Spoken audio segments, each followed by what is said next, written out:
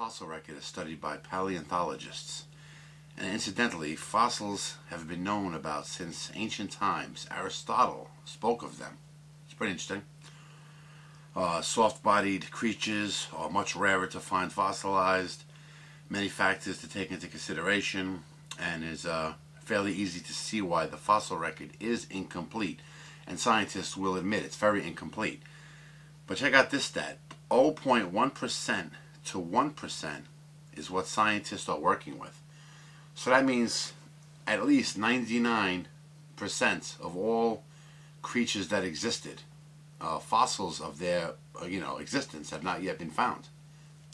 Or maybe they have been, but they were like damaged, or you couldn't really get no good data from them. But that's interesting. Only like 1% of all creatures that ever lived have been found.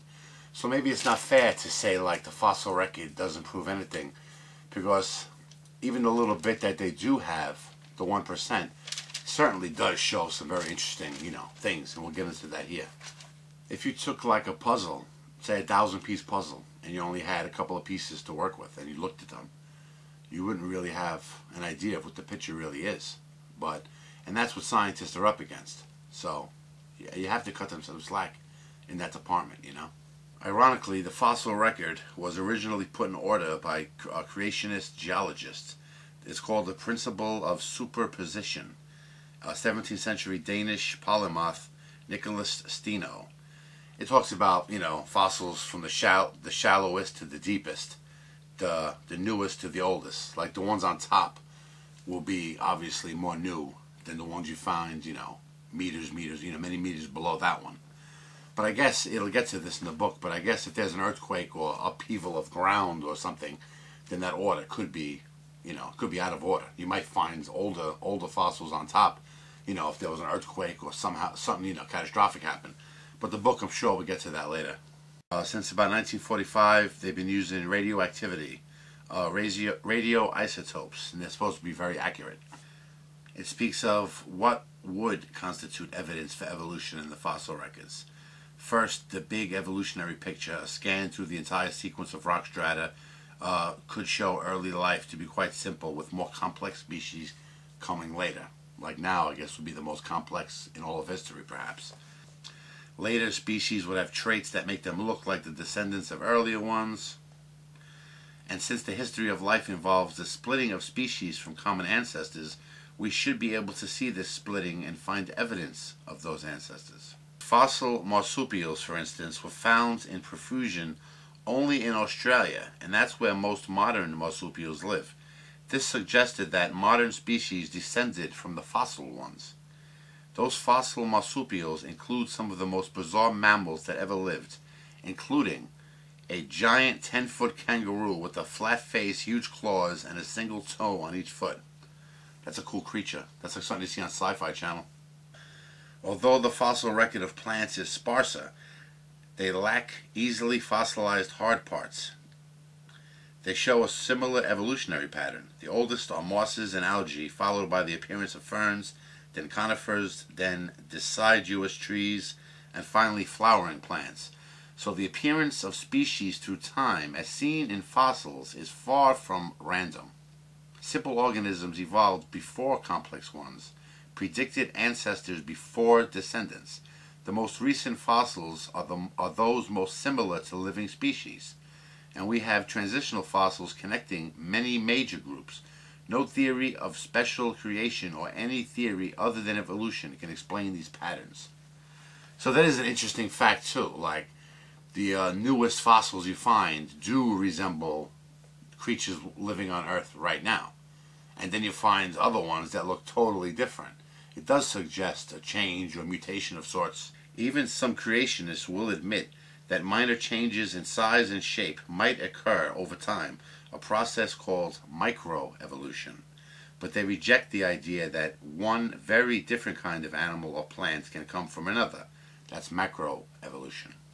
It's interesting when you really look at all the different creatures, and evolution isn't one set pattern. Some creatures look almost identical to like millions and millions and millions of years ago, while others appear different. Some creatures, like we'll see coming up, like whales, actually de-evolved back into sea creatures. Like they started from the sea, went to the land, went back to the sea. That's like really interesting. Some creatures very, very gradual, and some people believe it could almost be, from generation to generation, there could be major mutation, major changes. Greatest fulfilled predictions of evolutionary biology is the discovery in 2004 of a transitional form between fish and amphibians. They call this fossil species Tiktaalik rosea, which tells us a lot about how vertebrates came to live on the land. And it says its discovery is a stunning vindication of the theory of evolution. There's a section called Into Thin Air, the Origin of Birds, and it speaks of different ways perhaps the wings could have formed. Like a lot of people, creationists especially, like how did something go from non-wings to having these big flapping wings? But they expect to find transitions in between. But they explain a few different ways that could have happened. Like some creatures even exist like around today. Like the squirrels, they have like flaps of skin that go from like the hand all the way down the sides of the body. So you wouldn't, you don't have to really necessarily expect to see a big wing overnight. It could be gradual that way. Like it could have been all connected at one part, then pretty rapidly just separated. It's not necessarily it grew out this way, the wing. You know what I'm saying? Well, I'm trying to make the heads and tails of it. It is perhaps the most famous of all transitional forms, the crow-sized Archaeopteryx lithographia, discovered in a limestone quarry in Germany in 1860. It's interesting because it has features of a dinosaur and a bird, so hence the transitional species. You wonder, this part here, back to the water, the evolution of whales, like I mentioned before, how they went from the sea to the land, back to the sea. And one of the reasons it talks about the possibility being that all the dinosaurs went extinct. So now these huge whales that perhaps were chased from the sea to the land, now that they're no longer present in the water, they can go back to the water now. That's one theory. But it's interesting. I wonder, like, when all the dinosaurs went extinct, like, was it, why didn't they die? Why didn't these whales die too? So it must have been, to me, it couldn't really have been, like volcanic eruption that killed all the animals. For them to be able to turn to the sea, it had to be maybe some kind of parasite or something biological that killed just the dinosaur species and left, the whales and maybe other mammals alone. I don't know. I really don't know. Or maybe something the dinosaurs only ate that killed them. I don't know. But it's interesting how they died off and then the whales went back to the sea. So they didn't die, obviously. Some people might say the whole thing sounds preposterous, but in all honesty, it's a proven fact that whales, dolphins, and porpoises are mammals. So that is interesting that you have a creature living, in the water, the depths of the water, but they breathe through their lungs like other mammals. This is the end of the chapter. There is no reason why a celestial designer, fashioning organisms from scratch like an architect designed buildings, should make new species by remodeling the features of existing ones. Each species could be constructed from the ground up, but natural selection can act only by changing what already exists. It can't produce new traits out of thin air. Darwinism predicts, then, that new species will be modified versions of older ones. The fossil record amply confirms this prediction. The interesting thing about that statement, and I've said in videos, I'm more deist in belief, that is 100% true. Like I think there is common ground for believing in a God and evolution. I used to not think that way. I used to only think of like God made everything. But the more I study evolution, it really does make sense. It really does make sense. I mean, there is a lot of evidence for it. And like I said, if deism was true and God did create everything, he could have just like cut out and like he could pop up a billion years in the future.